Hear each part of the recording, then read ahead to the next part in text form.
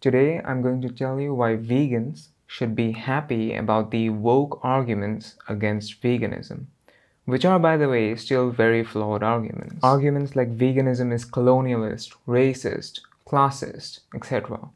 But before I tell you why you should be happy about these arguments, we must first take a look at what's been going on Twitter. So recently, there was a tweet from a Westerner that went viral. At the time of this recording, the tweet has 11,500 likes. The tweet claims that animal liberation advocacy is no different from what the colonizers did. Take a look. By the way, the account only has about 3,300 followers. Now later on in this video, I will tell you why as vegans we should be very happy about such opinions becoming more mainstream and going viral. But first, let's debunk this argument because it's obviously a very popular argument that many people seem to have been conned by. So the tweet says, "Stop telling indigenous people to go vegan or to veganize our practices to make them more ethical. Telling a people that they must adopt practices based on your ethics and understandings of morality is no different from what the colonizers did and continue to do." Problem number one with saying this kind of stuff is that you're seriously watering down the severity of historical white colonialism and even present-day neo-colonialism. If you're going to say that animal liberation advocacy is no different from what colonizers did, then to the average everyday person listening, they're just going to listen to you say that and then go, "Huh, is that so?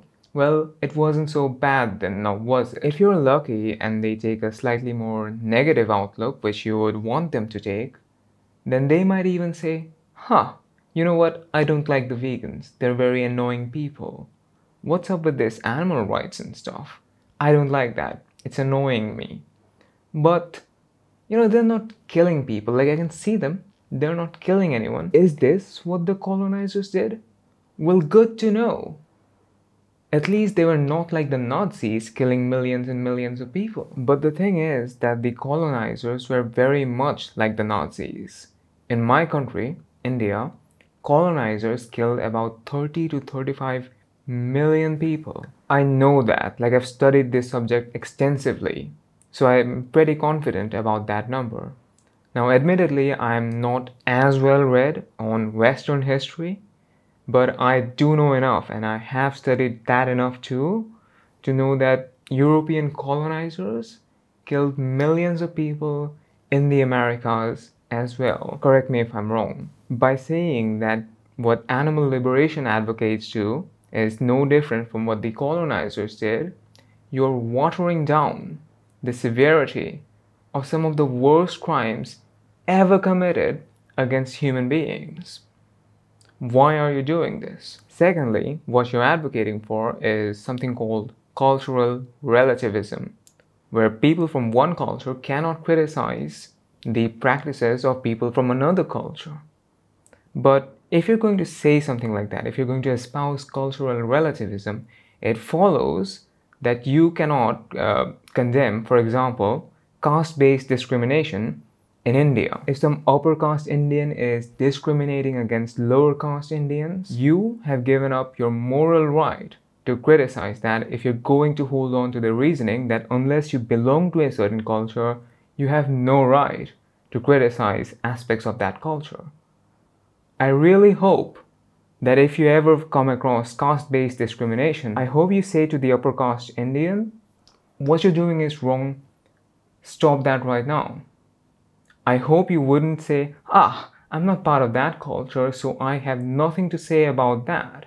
That would be Western colonialism. I hope you don't say that. So the tweet has been debunked. But why on earth should we as vegans be happy about such tweets going viral and getting traction? Well, I'll tell you. But first, let me give a few more examples. Like, consider this other tweet, which was one of the most liked replies to the original tweet that went viral, which says that vegans, whether they are POC or white people, are just metro-dwelling posh people. But that's obviously not true. So that's not valid criticism. Okay, one more example before I tell you. Like, if you've been vegan for any length of time that's more than a month, you've almost definitely been asked or told that, plants feel pain. You don't eat animals because you don't like causing pain, but plants feel pain too. Now, that's obviously a false claim, and anyone who paid attention in their biology classes, and especially paid attention in their classes about evolution by natural selection, knows that plants do not indeed feel pain. But when was the last time you heard someone who rages on about injustice, about fighting injustice, making claims like that, about plants feeling pain? When was the last time you heard that from someone like that? I'm guessing you probably can't remember. But look at this tweet from a woke Westerner who says that to many Native American people, plants are sentient based on their mythologies and superstitions, I suppose. And therefore, you have to believe that claim that plants are sentient. If you don't accept that unscientific, superstitious claim, you're not only wrong, you're also a racist. It's basically the same plants feel pain argument, but with a little bit of wokeness sprinkled in. I could go on with the examples here, but you get the gist. A tweet saying, "But lions eat other animals though, ha, silly vegans." Or a tweet saying, "It's the circle of life though, ha, silly vegans," would never go viral.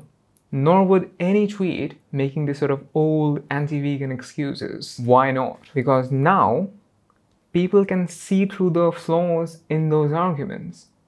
It's very obvious. By contrast, they can't as easily see the flaws in these woke arguments against veganism. So these are the ones that go viral. The famous German philosopher Arthur Schopenhauer pointed out that every truth must go through 3 phases. First, it is ridiculed. Second, it is violently opposed. And third, it is accepted as being self-evidently true. The sort of old arguments against veganism can definitely be considered as ridicule. The current sort of woke arguments against veganism are more serious opposition. They're not violent yet, but it is indeed very serious opposition. The point is that we are making progress. We are sort of between Schopenhauer's first and second steps, and that is something that you should be happy about. I am optimistic that within my lifetime, I will see a vegan world. I'm still very young. I'm 22 years old, and I plan to live a rather long life. If you'd like to help me live a rather long life, please do consider supporting the channel via Patreon.